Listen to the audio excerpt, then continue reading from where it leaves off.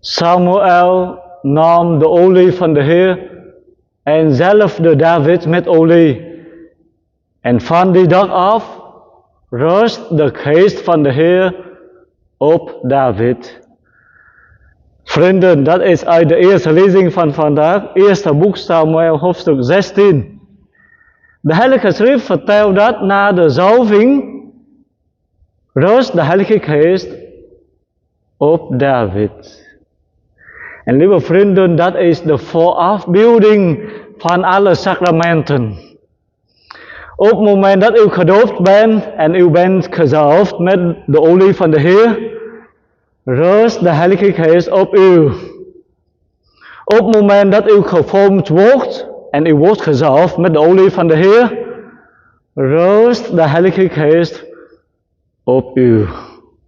Van die dag af rust de Geest van de Heer op David.